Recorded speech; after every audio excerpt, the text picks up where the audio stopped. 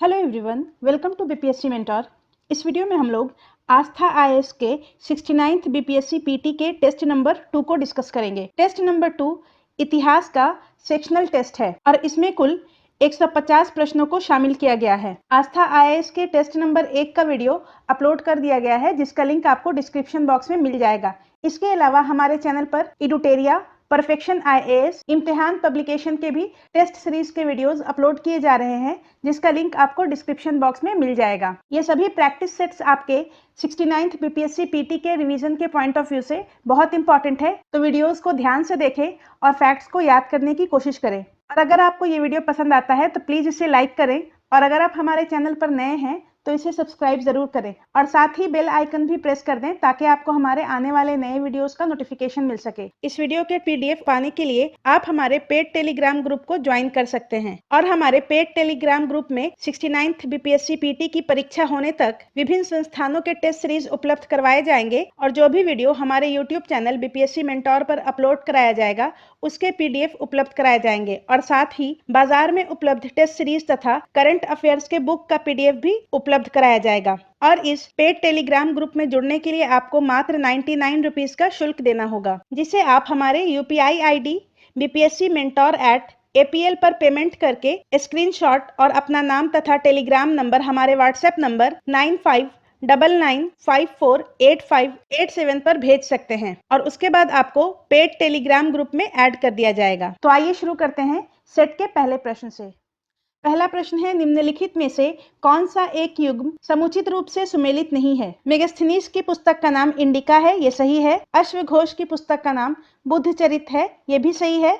पाणिनि की पुस्तक का नाम महाभाष्य नहीं है। पाणिनि की पुस्तक का नाम अष्ट अध्याय है, और महाभाष्य महर्षि पतंजलि की पुस्तक का नाम है। और विशाखदत्त की पुस्तक का नाम मुद्रा राक्षस है, तो इसका सही उत्तर ऑप्शन सी हो जाएगा। नेक्स्ट है, बौद्ध संगतियों के 4 आयोजकों का सही क्रम क्या है? तो प्रथम बौद्ध संगति अजात शत्रु के काल में 483 ईसा पूर्व में हुई थी। उसके बाद दूसरी बौद्ध संगति काला अशोक के काल में 383 ईसा पूर्व में हुई थी। तीसरी बौद्ध संगति अशोक के काल में 250 ईसा पूर्व में हुई थी, और चौथी बौद्ध संगति ईसा के प्रथम शताब्दी में कनिष्क के काल में हुई थी, तो इसका सही उत्तर ऑप्शन सी हो जाएगा। नेक्स्ट है, जैन धर्म श्वेतांबर एवं दिगंबर संप्रदायों में कब विभाजित हुआ?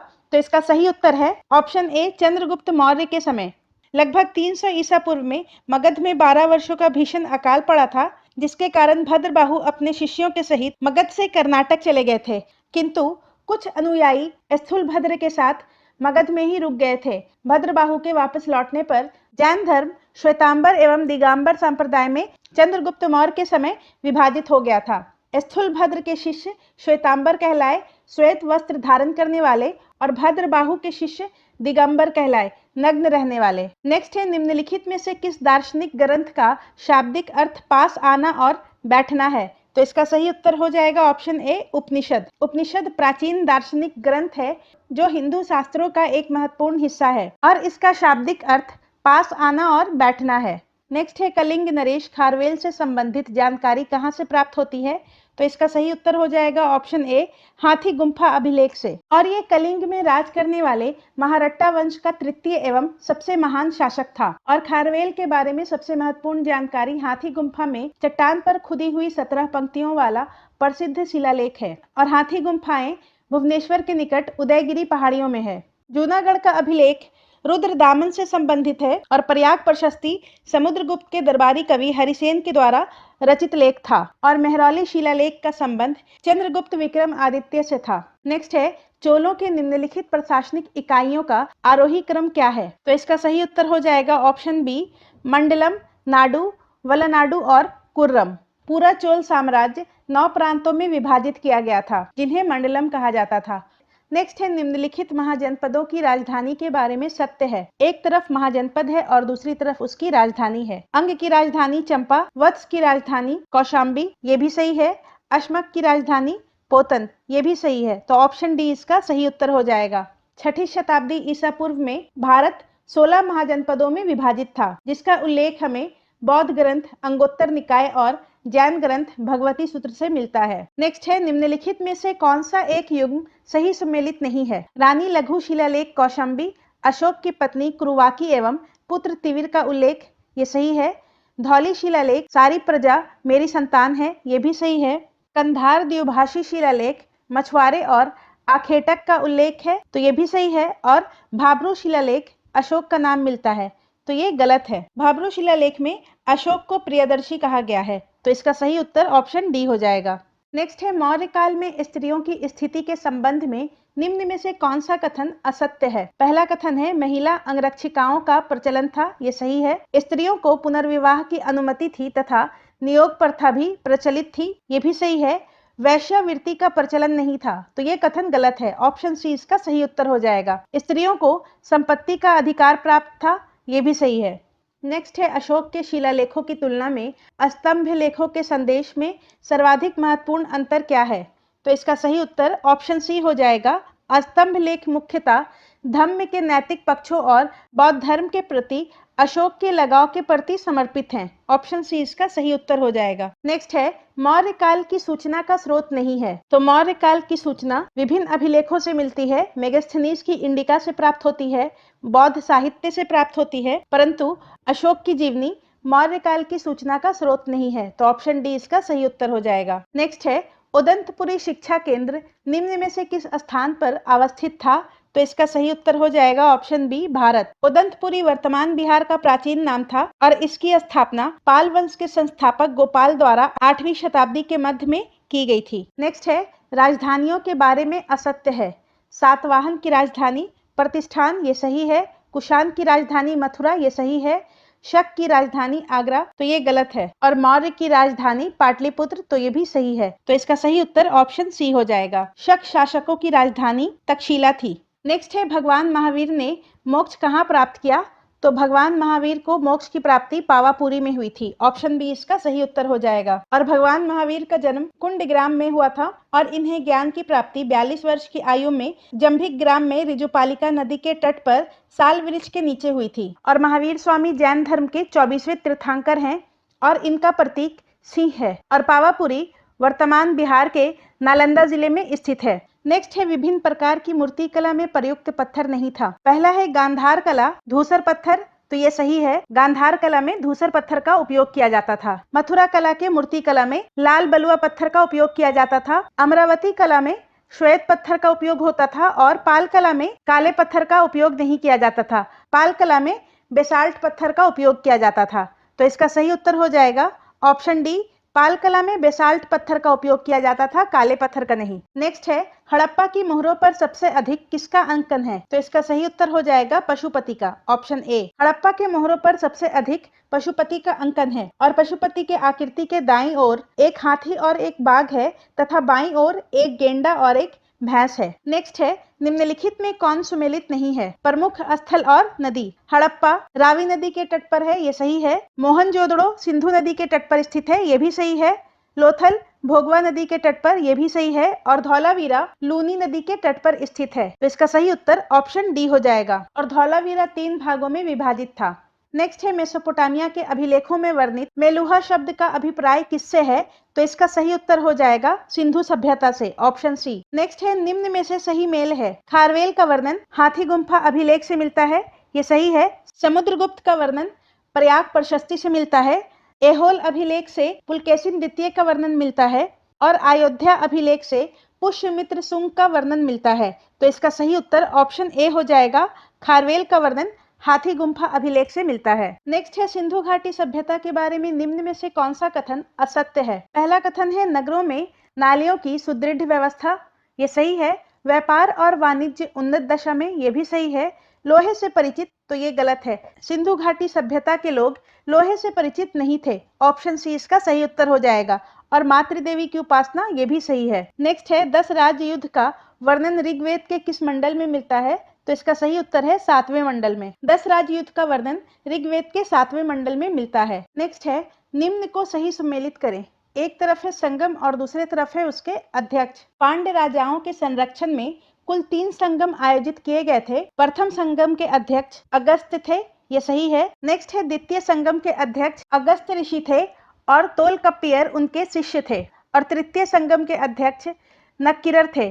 तो इसका सही उत्तर हो जाएगा ऑप्शन बी, 1, 2, 3 ये तीनों सही सम्मिलित है। नेक्स्ट है कश्मीर के निम्नलिखित शासकों को कालक्रम अनुसार व्यवस्थित कीजिए। तो इसका सही उत्तर हो जाएगा अवंती वर्मन, दिद्दा, हर्ष और जयसिंह। ऑप्शन ए इसका सही उत्तर हो जाएगा। नेक्स्ट है ऋग्वेद के संदर्भ में निम्न युग्मों में से कौन सा एक सही सम्मिलित नहीं है। पहला है गायत्री मंत्र, तीसरा मंडल, ये सही है। शूद्र की प्रथम चर्चा, 10वां मंडल, ये सही है। ऋग्वेद के 10वें मंडल में चतुर्वर्ण समाज का वर्णन है। शिक्षा की चर्चा प्रथम मंडल, तो ये गलत है। और सोम की चर्चा 9वां मंडल, ये भी सही है। तो इसका सही उत्तर ऑप्शन सी हो जाएगा। नेक्स्ट है महात्मा बुद्ध का महापरिनिर्वाण किसके गणतंत्र में हुआ था। तो इसका सही उत्तर हो जाएगा ऑप्शन सी।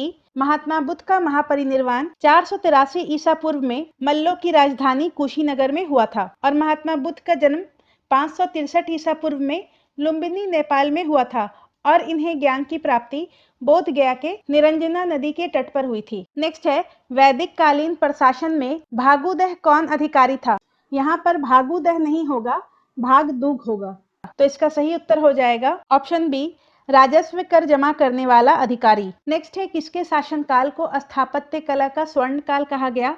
तो इसका सही उत्तर है ऑप्शन बी, शाहजहां। शाहजहां का शासनकाल 1627 से 1658 ईस्वी का था और इसके काल को मुगल वास्तुकला का स्वर्ण युग के नाम से जाना जाता है। और शाहजहां ने ताजमहल, लाल किला आदि जैसे कई बड़े स्मारक बनवाए हैं। नेक्स्ट है जैन धर्म का प्रसार बौद्ध धर्म की तुलना में इसके मूल में क्या कारण था।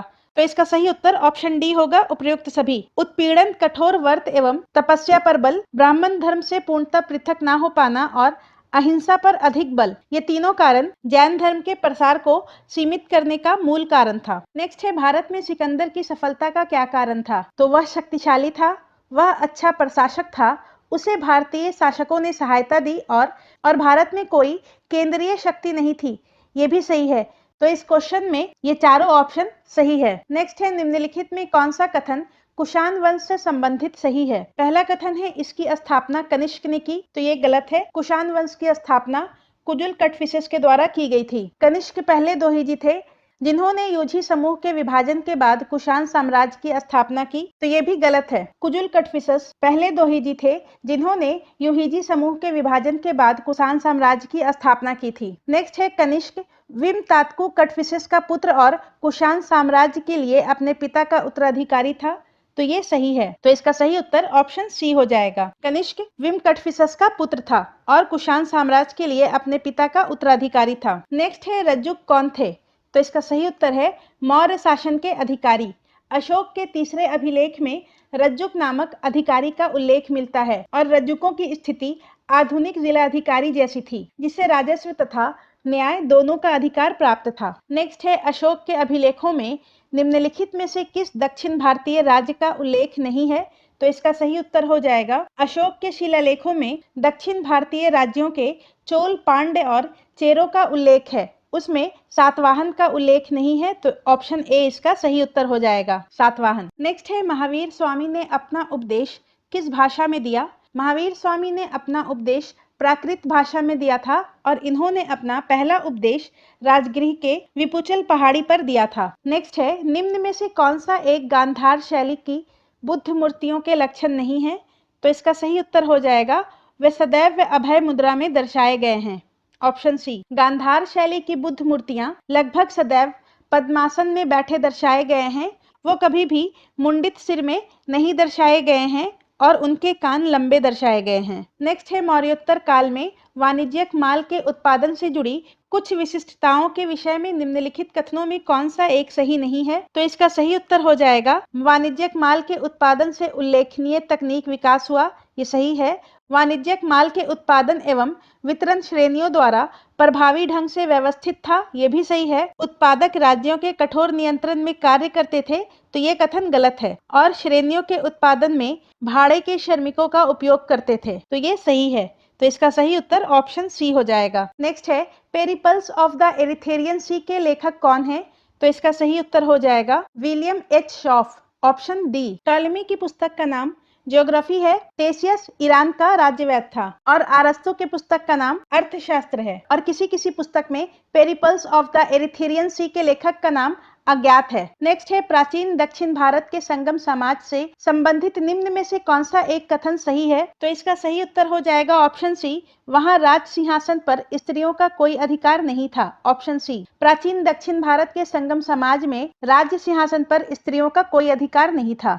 नेक्स्ट है इनमें से कौन से शासक को अमित्रघात के नाम से भी जाना जाता है? तो इसका सही उत्तर हो जाएगा ऑप्शन ए, बिंदुसार। बिंदुसार को अमित्रघात के नाम से भी जाना जाता है, अर्थात शत्रुओं का नाश करने वाला। और बिंदुसार चंद्रगुप्त मौर्य के पुत्र थे और इनके शासनकाल में लगभग पूरा उपमहाद्वीप कर्नाटक तक मौर्य साम्राज्य के अधीन था। नेक्स्ट है संगम काल में विदेश व्यापार के विकसित होने में किस कारक को सर्वाधिक सहायक माना जा सकता है?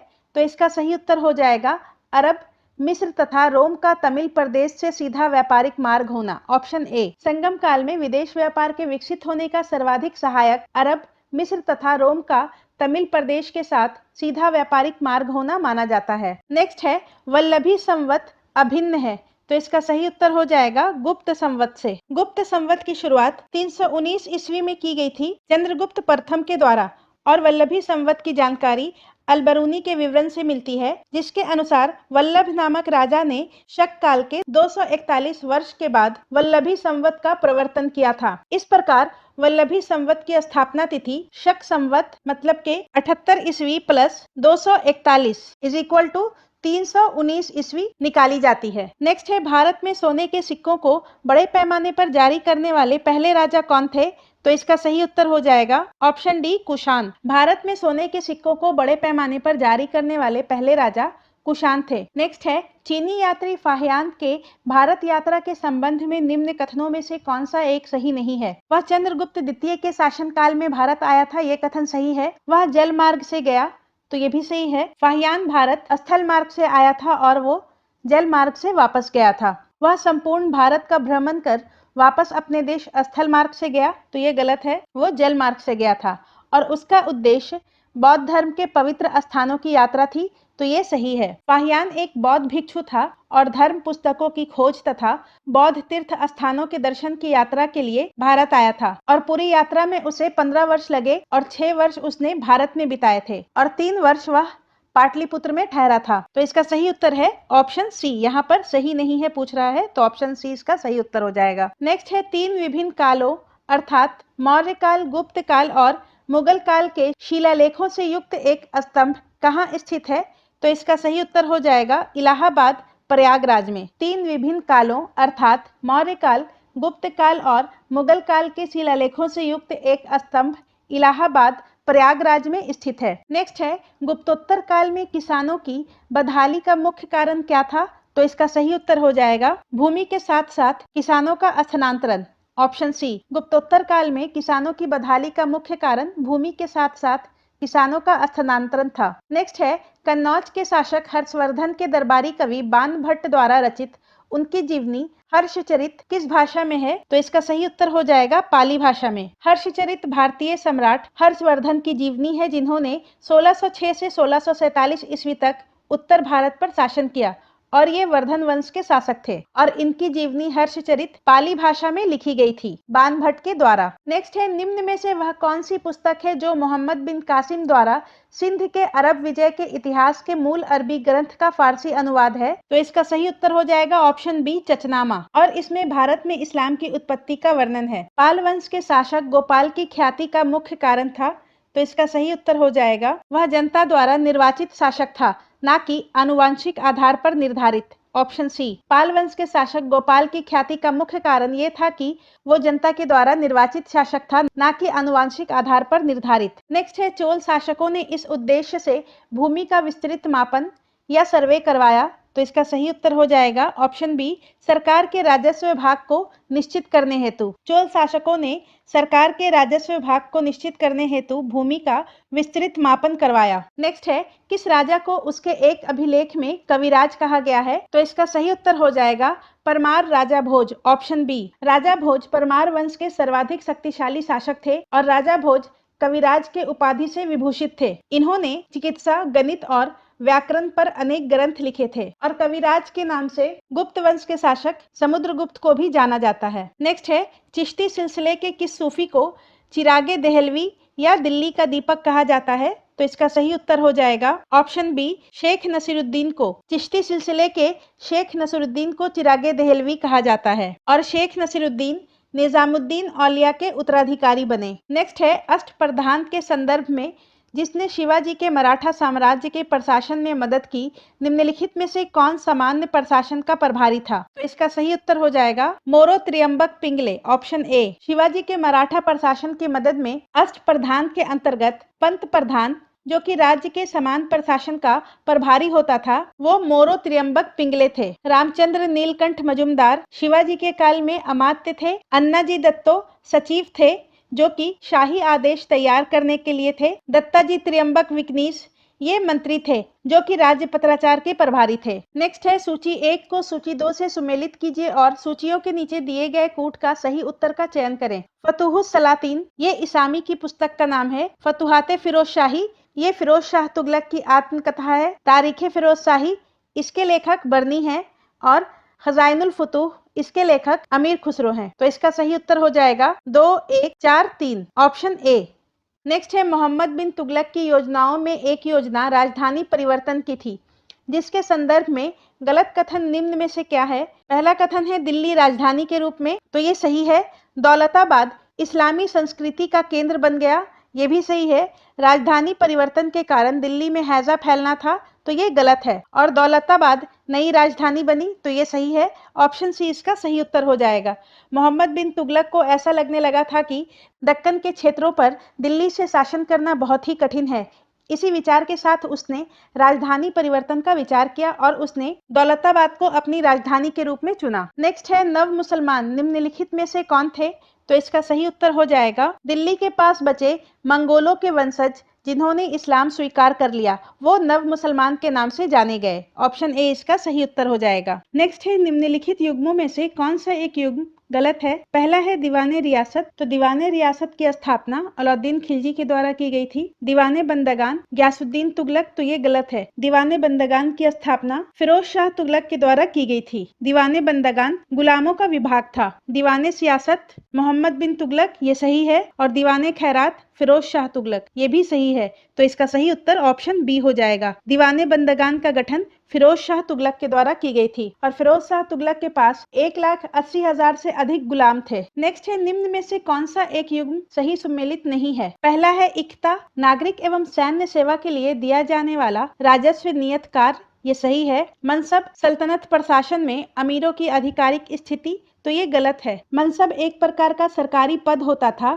जो कि मुगलों के द्वारा चलाया गया कैटेगरी सिस्टम था। इसके जरिए पद, वेतन और सैन्य उत्तरदायित्व निर्धारित किए जाते थे। खालिसा मुगल सम्राट के सीधे प्रशासनिक अधिकार में आने वाली भूमि, ये सही है। इजारा राजस्व नियत कार्य की अनुबंधात्मक पद्धति, ये भी सही है। तो इसका सही उत्तर ऑप्शन बी हो जाएगा। नेक्स्ट है मोरक्को यात्री इब्न बतूता की भारत यात्रा के समय निम्नलिखित में से कौन दिल्ली का शासक था? तो इब्न बतूता मध्य एशिया का मार्ग होते हुए 1333 में भारत पहुंचा था और उस समय भारत का शासक मोहम्मद बिन तुगलक था। ऑप्शन सी इसका सही उत्तर हो जाएगा। और मोहम्मद बिन तुगलक का काल 1325 से 1351 तक का था। और इब्न बतूता ने अपनी पुस्तक रिहला में भारत के सामाजिक, राजनीतिक एवं आर्थिक परिस्थितियों के संबंध में वर्णन किया है। नेक्स्ट है रजिया में राजा के सभी गुण थे परंतु वह सही लिंग की नहीं थी। इन पंक्तियों के लेखक कौन थे? तो इसका सही उत्तर हो जाएगा ऑप्शन सी मिनहाजुस सिराज। मिनहाजुस सिराज ने उपरोक्त कथन रजिया सुल्तान के प्रशंसा में कहा था और मिनहाजुस सिराज की पुस्तक का नाम तबकाते नासरी है। इब्न बतूता की पुस्तक का नाम रिहला,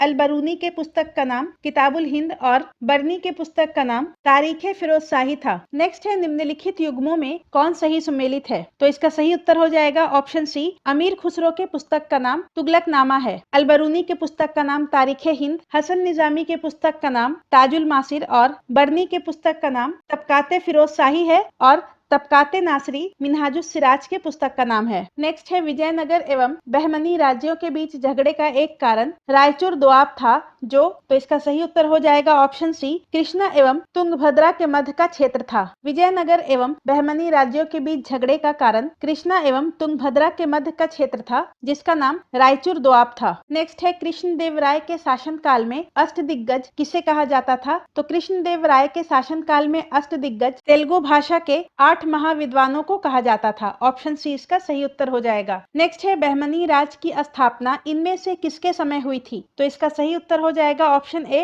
मोहम्मद बिन तुगलक। बहमनी साम्राज्य की स्थापना अलाउद्दीन बहमन शाह ने वर्ष 1347 में मोहम्मद बिन तुगलक के शासनकाल में किया था और अलाउद्दीन बहमन शाह को हसन गंगू के नाम से भी जाना जाता है और बहमनी साम्राज्य की राजधानी गुलबर्गा थी और बाद में अहमद वली शाह ने 1424 में बहमनी साम्राज्य की राजधानी को गुलबर्गा से बीदर स्थानांतरित कर दिया था। नेक्स्ट है किस सूफी संप्रदाय ने योग क्रिया को अपनाया था? तो इसका सही उत्तर है सत्तारी और सत्तारी सूफी सिलसिले की भारत में स्थापना शाह अब्दुल सत्तार के द्वारा की गई थी। कादरी सिलसिले की स्थापना अब्दुल कादिर जिलानी ने की थी। चिश्तिया सिलसिले की स्थापना भारत में ख्वाजा मोइनुद्दीन चिश्ती के द्वारा की गई थी। नेक्स्ट है वह सूफी संत कौन था जिसे अपने युग का श्रेष्ठतम संगीतज्ञ माना जाता था और जिसने अपने आप को अनल हक घोषित किया? तो इसका सही उत्तर हो जाएगा ईरान में जन्मे मंसूर अल हज्जाज 900 ईस्वी के मशहूर सूफी थे और इन्होंने अनल हक का नारा दिया था। तो इसका सही उत्तर ऑप्शन सी हो जाएगा। अनल हक का नारा मंसूर बिन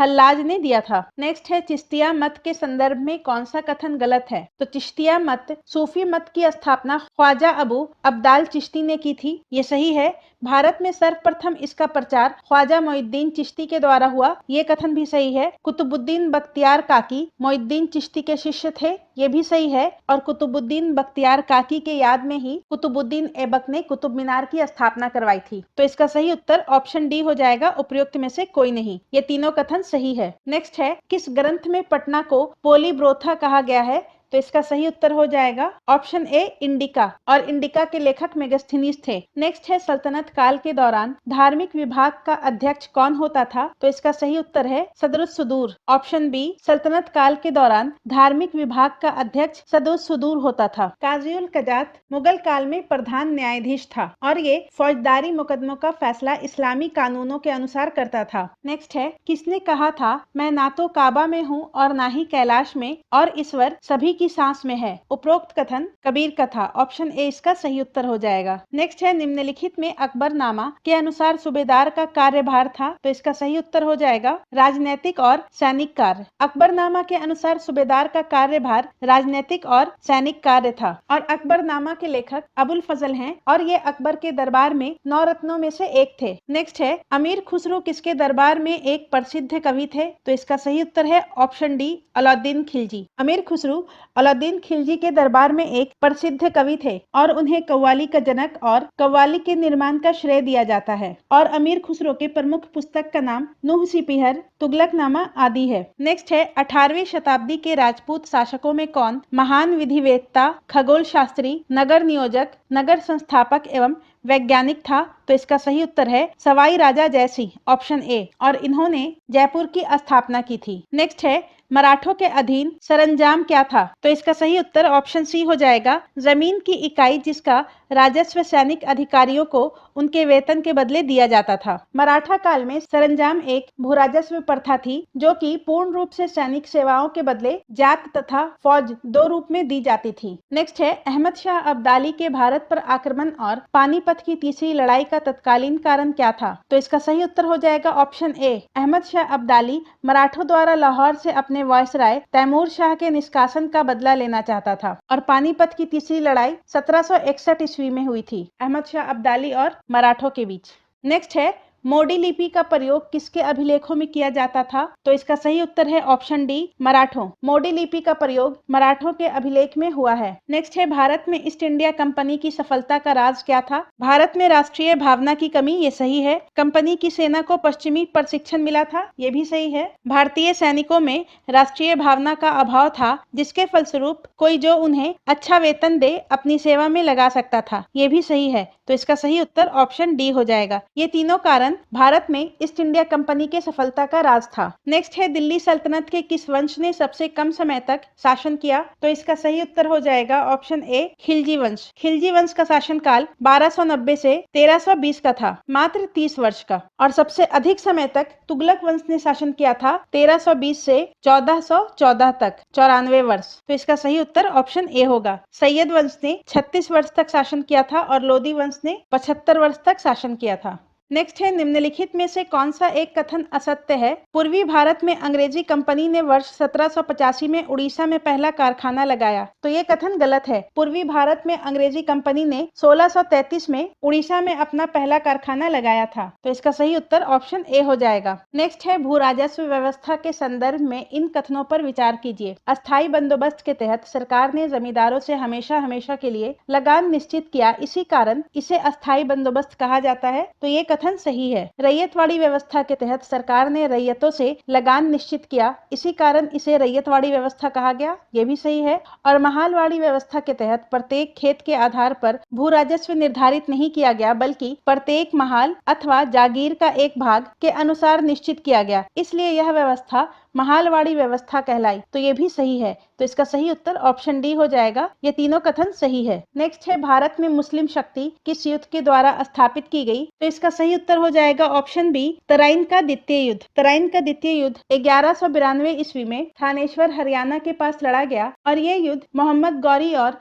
पृथ्वीराज चौहान के बीच लड़ा गया था, जिसमें मोहम्मद गौरी की जीत होती है। तराइन का प्रथम युद्ध 1191 में मोहम्मद गौरी और पृथ्वीराज चौहान के मध्य लड़ा गया था, जिसमें पृथ्वीराज चौहान विजय होते हैं। पानीपत का प्रथम युद्ध बाबर और इब्राहिम लोदी के मध्य लड़ा गया था 1526 ईस्वी में, और पानीपत का द्वितीय युद्ध 1556 में लड़ा गया था हेमू और अकबर के मध्य 1556 ईस्वी में। और पानीपत का तृतीय युद्ध 1761 में अहमद शाह अब्दाली और मराठों के मध्य लड़ा गया था। नेक्स्ट है निम्नलिखित में से किस मध्यकालीन शासक ने सार्वजनिक वितरण प्रणाली की शुरुआत करने वाला सुल्तान था? तो इसका सही उत्तर है ऑप्शन बी, अलाउद्दीन खिलजी। अलाउद्दीन खिलजी मध्यकाल में सार्वजनिक वितरण की शुरुआत करने वाला पहला सुल्तान था। नेक्स्ट है फिरोज शाह तुगलक द्वारा अपने सहधर्मवादियों की सहानुभूति और सहयोग जीतने के लिए लिखा गया एक राजनीतिक पत्र निम्नलिखित में से कौन सा है? तो इसका सही उत्तर हो जाएगा ऑप्शन सी, फुतुहाते फिरोज शाही। फुतुहाते फिरोज शाही में फिरोज शाह तुगलक का अध्यादेश एकत्र किया गया है और इसकी रचना फिरोज शाह तुगलक के द्वारा की गई है और तारीखे फिरोज शाही के लेखक जियाउद्दीन बर्नी है। नेक्स्ट है दिल्ली सल्तनत काल के दौरान निर्मित कौन सा स्मारक गुंबद, मेहराब, स्लैम और बीम के संश्लेषण का बेहतरीन उदाहरण है? तो इसका सही उत्तर है option B, Lodhi garden. Next है 8वीं और 12वीं शताब्दी ईस्वी के बीच की अवधि के संबंध में निम्नलिखित में कौन सा कथन सही है? पहला है भारत में किसी प्रभावी केंद्रीय प्राधिकरण का अभाव था, ये सही है। दूसरा है इसे सल्तनत पूर्व युग भी कहा जाता है, ये भी सही है। इसने असंख्य साम्राज्यों की वृद्धि देखी जो प्रकट हुए और गायब हुए, ये भी सही है।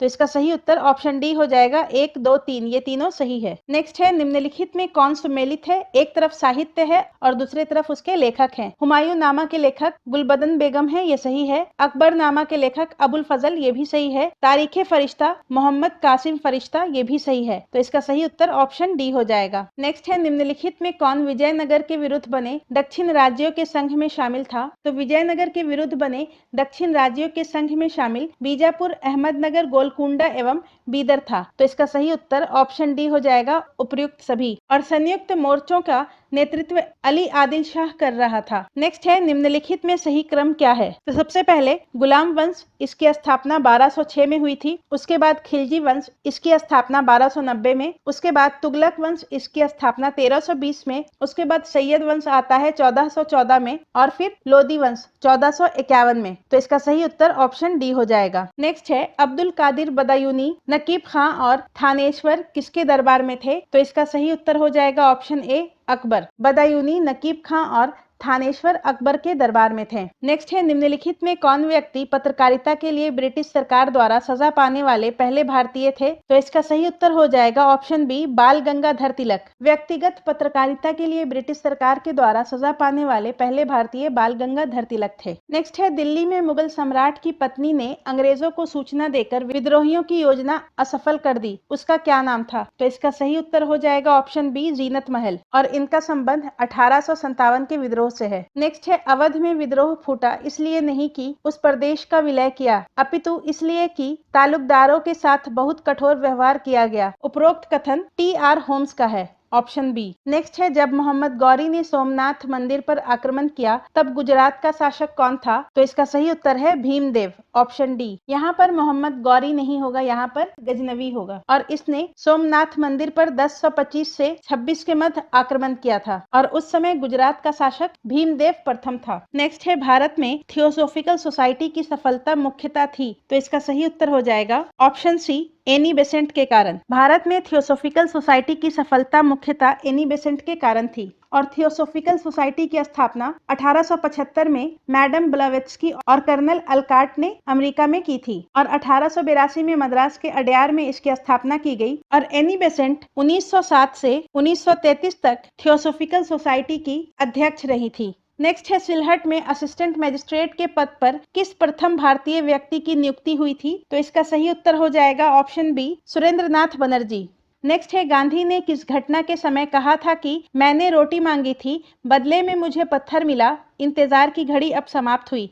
तो इसका सही उत्तर हो जाएगा ऑप्शन सी, सविनय अवज्ञा आंदोलन के समय। गांधी जी ने 31 जनवरी 1930 को अपनी 11 सूत्री मांगे रखी, परंतु इस मांग पर ब्रिटिश सरकार ने कोई सकारात्मक रुख नहीं अपनाया, जिसके बाद गांधी जी ने अपनी 11 सूत्री मांगों के ना माने जाने पर इरविन को एक पत्र में लिखा, मैंने रोटी मांगी थी, बदले में मुझे पत्थर मिला, इंतजार की घड़ियां अब समाप्त हुई और 12 मार्च 1930 को गांधी जी ने सविनय अवज्ञा आंदोलन की शुरुआत की। नेक्स्ट है, निम्नलिखित में से किसे भारतीय क्रांति की मां कहा जाता है? तो इसका सही उत्तर है भीकाजी रुस्तम कामा, ऑप्शन सी। नेक्स्ट है, कांग्रेस के किस अधिवेशन में गांधी जी को काला झंडा दिखाया गया तथा गांधी वापस जाओ का नारा लगाया गया? तो इसका सही उत्तर हो जाएगा ऑप्शन ए, कराची अधिवेशन। और कराची अधिवेशन की अध्यक्षता सरदार वल्लभ भाई पटेल ने की थी और इसी अधिवेशन में पूर्ण स्वराज के साथ गांधी इरविन पैक्ट को स्वीकार कर लिया गया और कराची अधिवेशन में गांधी जी ने कहा था, गांधी मर सकता है परंतु गांधीवाद नहीं। नेक्स्ट है,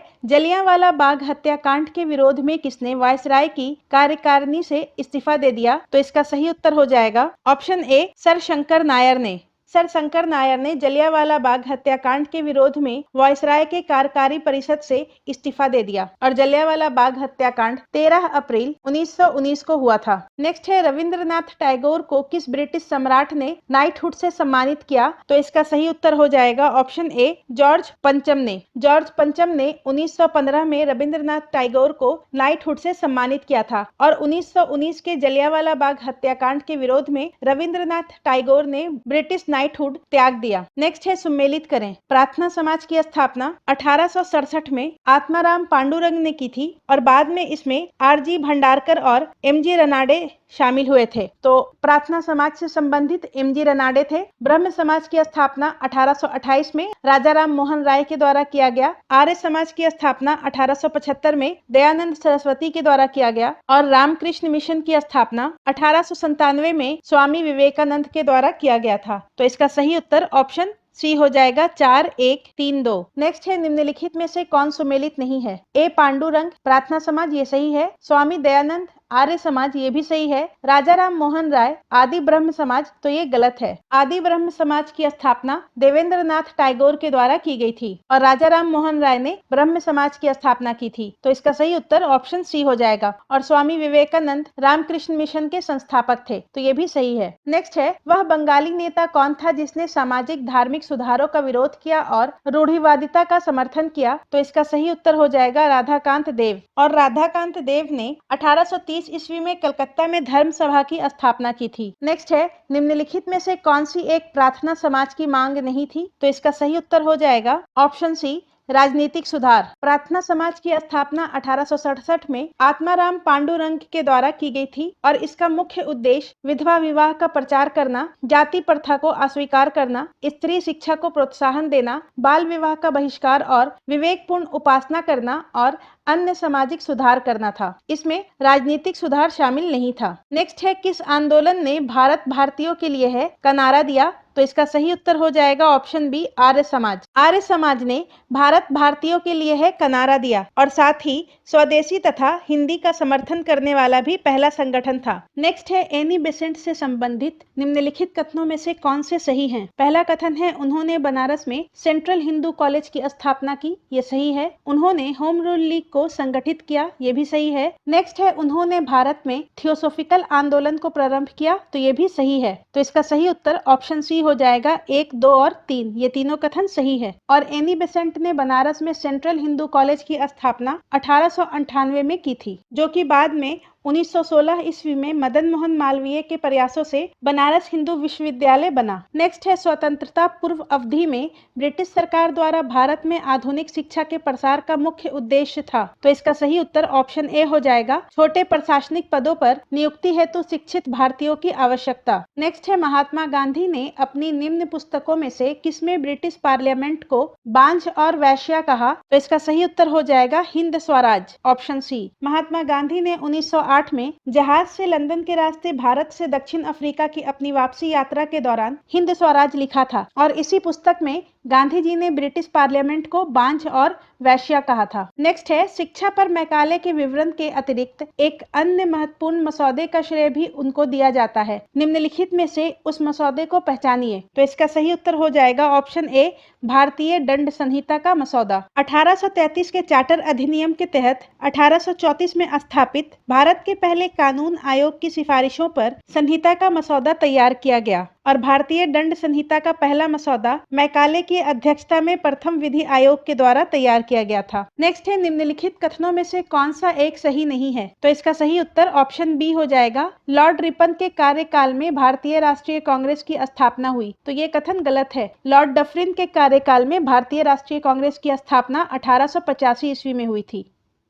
नेक्स्ट है निम्नलिखित में से किसका सुमेल नहीं है? तो इसका सही उत्तर ऑप्शन सी हो जाएगा, लॉर्ड कॉर्नवालिस अस्थाई बंदोबस्त, तो ये सही है। लॉर्ड वेलेस्ली सहायक संधि, ये भी सही है। लॉर्ड डलहौजी हड़प की नीति, ये सही है। और स्थानीय स्वशासन का संबंध लॉर्ड रिपन से है। नेक्स्ट है प्रथम भारतीय जिन्होंने स्वाधीन भारत में गवर्नर जनरल का पदभार ग्रहण किया। तो इसका सही उत्तर हो जाएगा ऑप्शन बी, सी राजगोपालाचारी। स्वाधीन भारत में प्रथम भारतीय गवर्नर जनरल श्री सी राजगोपालाचारी थे और डॉक्टर राजेंद्र प्रसाद भारत के पहले राष्ट्रपति थे। नेक्स्ट है निम्न कथनों में कौन सा एक सही नहीं है? पहला है लॉर्ड क्लाइव ने सोसाइटी ऑफ ट्रेड की स्थापना की थी, तो ये सही है। दूसरा है लॉर्ड हेस्टिंग्स के समय श्वेत सैनिक विद्रोह हुआ था, तो ये गलत है। लॉर्ड कैनिंग के शासनकाल में श्वेत सैनिक विद्रोह हुआ था और श्वेत सैनिक विद्रोह 1859 में हुआ था। नेक्स्ट है लॉर्ड हेस्टिंग्स ने 1776 ईस्वी में ए कोड ऑफ जेंटू लॉ तैयार करवाया, तो ये सही है। नेक्स्ट है 1784 में विलियम जोन्स ने बंगाल एशियाटिक सोसाइटी की स्थापना की, तो ये भी सही है। और उस समय बंगाल का गवर्नर जनरल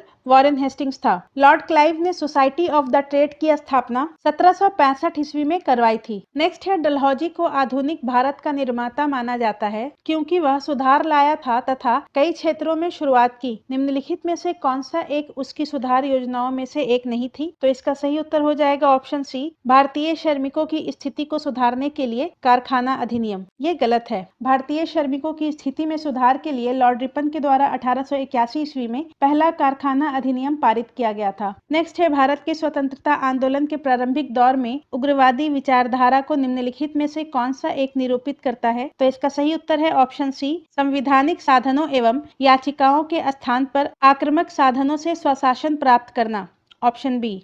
नेक्स्ट है नील क्रांति का नेतृत्व निम्नलिखित में से किसने किया था? तो इसका सही उत्तर है ऑप्शन सी, दिगंबर विश्वास और विष्णु विश्वास। नील विद्रोह का नेतृत्व दिगंबर विश्वास और विष्णु विश्वास के द्वारा किया गया था। नेक्स्ट है होम रूल लीग के संबंध में निम्नलिखित में से क्या असत्य है? तो इसका सही उत्तर ऑप्शन सी हो जाएगा, तिलक और बेसेंट के मतभेदों के उपरांत दोनों लीग बनी रही और होम रूल लीग की शुरुआत 1916 ईस्वी में लॉर्ड हार्डिंग के समय शुरू किया गया था, लोकमान्य तिलक और एनी बेसेंट के द्वारा। नेक्स्ट है निम्नलिखित में से कौन सा असत्य है? मैं नास्तिक क्यों हूँ? भगत सिंह, ये सही है। आर्य समाज नामक पुस्तक के लेखक लाला लाजपत राय थे, ये सही है। भारतीय संघर्ष, इसके लेखक सुभाष चंद्र बोस थे, तो इसका सही उत्तर ऑप्शन डी हो जाएगा, उपरोक्त में से कोई नहीं। ये तीनों सही सुमेलित है। नेक्स्ट है उदारवादियों एवं उग्रवादियों के बीच निम्न में से कौन सा एक अंतर सही नहीं है? तो इसका सही उत्तर ऑप्शन बी होगा, उदारवादी पाश्चात्य शिक्षा एवं सभ्यता के समर्थक नहीं थे जबकि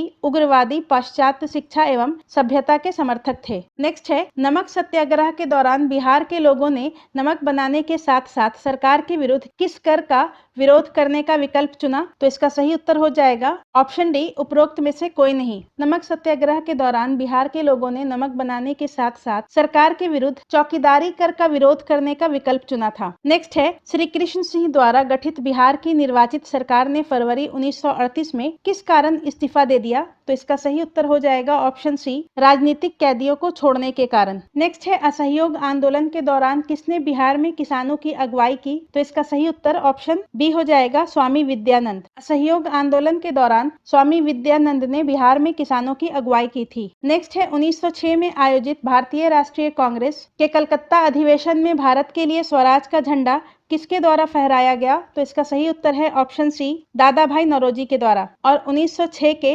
कांग्रेस के कलकत्ता अधिवेशन के अध्यक्ष भी दादा भाई नौरोजी थे। नेक्स्ट है, स्वतंत्रता संग्राम के दौरान भारतीय राज्य कश्मीर, निजाम के हैदराबाद, त्रवणकोर आदि जैसे भारतीय शासकों द्वारा शासित राज्यों में एक समानांतर आंदोलन शुरू किया गया था, उसका नाम था, तो इसका सही उत्तर हो जाएगा ऑप्शन सी, प्रजामंडल आंदोलन। और प्रजामंडल आंदोलन 1920 के दशक से भारतीय स्वतंत्रता आंदोलन का एक हिस्सा था। नेक्स्ट है, भारतीय स्वतंत्रता संग्राम के बारे में निम्नलिखित में से कौन सा कथन सही नहीं है, तो इसका सही उत्तर हो जाएगा ऑप्शन ए, वर्ष 1921 में महात्मा गांधी को गिरफ्तार कर लिया गया था, तो ये कथन गलत है। महात्मा गांधी को चौरी चौरा कांड के बाद मार्च 1922 में गिरफ्तार किया गया था। चौरी चौरा कांड के कारण गांधी जी ने असहयोग आंदोलन से हाथ खींच लिया था, ये सही है।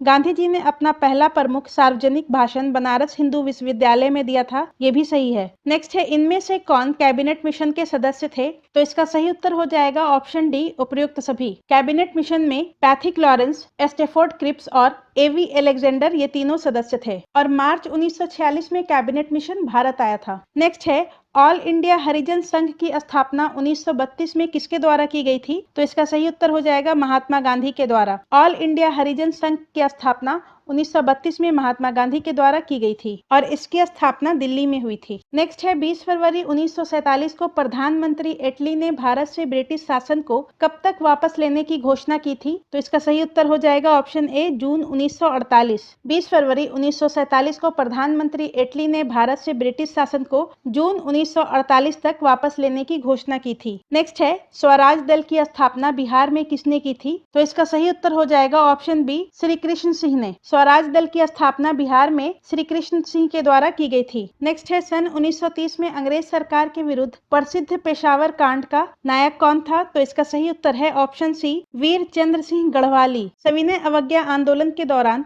पेशावर में गढ़वाल रेजिमेंट के सिपाहियों ने चंद्र सिंह गढ़वाली के नेतृत्व में निहत्ती भीड़ पर गोली चलाने से इनकार कर दिया था। नेक्स्ट है, 1942 के क्रिप्स मिशन का एक महत्वपूर्ण पहलू था, तो इसका सही उत्तर है ऑप्शन बी, द्वितीय विश्व युद्ध के तुरंत पश्चात भारत संघ की स्थापना करना और उसे डोमिनियन पद प्रदान करना। 1942 के क्रिप्स मिशन का एक महत्वपूर्ण पहलू द्वितीय विश्व युद्ध के बाद भारत संघ की स्थापना करना और उसे डोमिनियन पद प्रदान करना। नेक्स्ट है, निम्नलिखित में किसके द्वारा भारतीय विधायिका द्विसदनीय बन गई, तो इसका सही उत्तर हो जाएगा मॉन्टेग्यू चेम्सफोर्ड सुधार अधिनियम 1919। भारतीय विधायिका द्विसदनीय भारत शासन अधिनियम 1919 के द्वारा बन गई, जिसके अंतर्गत निचले सदन को केंद्रीय विधानसभा के रूप में और उच्च सदन जिसे राज्य परिषद के रूप में जाना जाता था। नेक्स्ट है, भारत छोड़ो आंदोलन किसकी प्रतिक्रिया में शुरू किया गया था, तो इसका सही उत्तर है क्रिप्स प्रस्ताव। 1942 में भारत छोड़ो आंदोलन की शुरुआत की गई थी और ये क्रिप्स प्रस्ताव के प्रतिक्रिया में शुरू किया गया था। नेक्स्ट है, इनमें से किस एक्ट को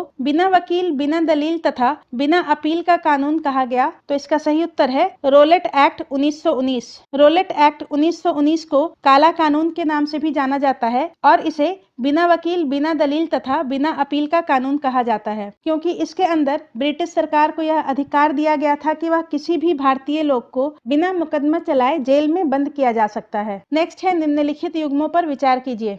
एक तरफ कांग्रेस अधिवेशन है और दूसरी तरफ संबंधित विषय है। लाहौर अधिवेशन, पूर्ण स्वराज, ये सही है। मद्रास 1927 का अधिवेशन, पूर्ण स्वाधीनता की मांग, ये भी सही है। फैजपुर 1936 का अधिवेशन, गांव में आयोजित, ये भी सही है। और कराची अधिवेशन 1931 मौलिक अधिकार से संबंधित है, ये भी सही है। तो इसका सही उत्तर हो जाएगा ऑप्शन डी, उपयुक्त सभी। सभी सही सुमेलित है। नेक्स्ट है, घनश्याम दास बिरला, अंबाला साराभाई तथा तथा बालचंद हीराचंद में कौन सी बात सामान्य थी? तो इसका सही उत्तर हो जाएगा ये तीनों भारतीय उद्योगपति थे। नेक्स्ट है भारत सरकार अधिनियम 1919 में निम्नलिखित में किसको स्पष्ट रूप से परिभाषित किया? तो इसका सही उत्तर हो जाएगा केंद्रीय एवं प्रांतीय सरकारों की आधिकारिकता। नेक्स्ट है सूची 1 को सूची 2 से सुमेलित कीजिए। लॉर्ड डलहौजी, भारत में रेलवे की शुरुआत, ये सही है। लॉर्ड मेयो, भारत में प्रथम नियमित जनगणना। लॉर्ड लिटन, दिल्ली दरबार और लॉर्ड कर्जन का संबंध बंगाल विभाजन से है। तो इसका सही उत्तर हो जाएगा 1 4 3 2 ऑप्शन डी।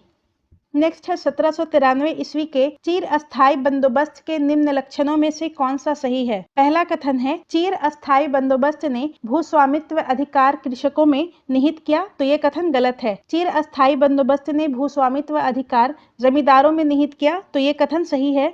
जमींदारों को एक विशिष्ट तिथि तक लगान की एक निर्धारित रकम जमा करनी होती थी, ये भी सही है। चीर अस्थायी बंदोबस्त से जमींदारों को काफी लाभ हुआ जबकि कृषकों को नुकसान हुआ, तो ये कथन भी सही है। 2, 3 और 4 यहाँ पर सही कथन है। नेक्स्ट है 1927 में कांग्रेस ने साइमन कमीशन के बॉयकॉट को लेकर किसके सभापतित्व के अंतर्गत निर्णय लिया? तो इसका सही उत्तर हो जाएगा ऑप्शन सी, M.A. अंसारी। नेक्स्ट है किस गवर्नर जनरल के समय भारतीय भाषा प्रसार अधिनियम समाप्त किया गया? तो इसका सही उत्तर है लॉर्ड रिपन। नेक्स्ट है निम्नलिखित में से किसने भारतीय राष्ट्रीय कांग्रेस के 1931 के कराची अधिवेशन को महात्मा गांधी की लोकप्रियता और प्रतिष्ठा का शिखर माना? भारतीय राष्ट्रीय कांग्रेस के 1931 के कराची अधिवेशन को महात्मा गांधी की लोकप्रियता और प्रतिष्ठा का शिखर सुभाष चंद्र बोस ने माना था। ऑप्शन ए इसका सही उत्तर हो जाएगा। और कांग्रेस के 1931 के कराची अधिवेशन की अध्यक्षता सरदार वल्लभ भाई पटेल के द्वारा की गई थी। नेक्स्ट है वर्ष 1907 में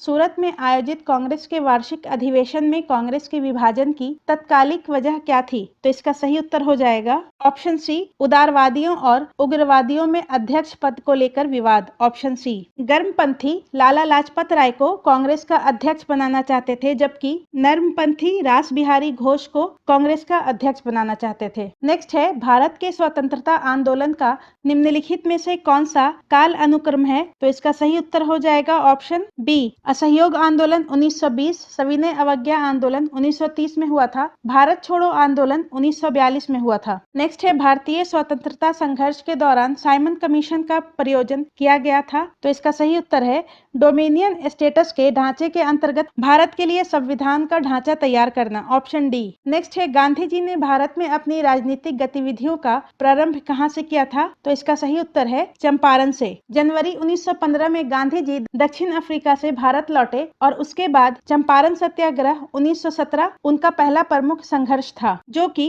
यूरोपीय नील बगान मालिकों के तिनकठिया प्रणाली के विरुद्ध था। नेक्स्ट है निम्नलिखित में से किसने गांधी इरविन समझौते में महात्मा गांधी के लाभ को संतावना पुरस्कार कहा? तो इसका सही उत्तर हो जाएगा option D, Alan Campbell Johnson. Alan Campbell Johnson ने गांधी इरविन समझौते में गांधी के लाभ को संतावना पुरस्कार कहा और गांधी इरविन समझौता 5 मार्च 1931 को हुआ था। नेक्स्ट है संविधान सभा जिसने भारतीय संविधान का निर्माण किया का गठन किया गया था, तो इसका सही उत्तर है कैबिनेट मिशन प्लान के अंतर्गत। Option C. नेक्स्ट है काफी संख्या में लोग अमृतसर के जलियांवाला बाग में 13 अप्रैल 1919 को एकत्र हुए गिरफ्तारी के विरोध में, तो इसका सही उत्तर हो जाएगा option C, doctor Saifuddin Kitchlew और डॉक्टर सत्यपाल। नेक्स्ट है इंडियन ओपिनियन पत्रिका के प्रथम संपादक थे, तो इसका सही उत्तर हो जाएगा ऑप्शन डी, मनसुख लाल नजर। इंडियन ओपिनियन पत्रिका गांधी जी के द्वारा 1923 में शुरू की गई थी और इसके प्रथम संपादक मनसुख लाल नजर थे। ऑप्शन डी इसका सही उत्तर हो जाएगा। नेक्स्ट है भारतीय राष्ट्रीय कांग्रेस की पहली महिला अध्यक्ष कौन थी? तो इसका सही उत्तर हो जाएगा ऑप्शन सी, एनी बेसेंट। और एनी बेसेंट ने 1917 के कलकत्ता अधिवेशन में कांग्रेस की अध्यक्षता की थी। और भारतीय राष्ट्रीय कांग्रेस की पहली भारतीय महिला अध्यक्ष सरोजनी नायडू थी। नेक्स्ट है निम्नलिखित घटनाओं को उनके काल अनुक्रमिक व्यवस्थित कीजिए और नीचे दिए गए कूट से सही उत्तर का चयन कीजिए। हंटर आयोग 1882 में आया था, सैडलर आयोग 1917 में आया था, वुड्स डिस्पैच 1854 और सार्जेंट योजना 1944। तो इसका सही उत्तर ऑप्शन डी हो जाएगा, CABD। तो आज की वीडियो में बस इतना ही। अगले वीडियो में हम लोग आस्था IAS के प्रैक्टिस सेट नंबर 3 को डिस्कस करेंगे। धन्यवाद।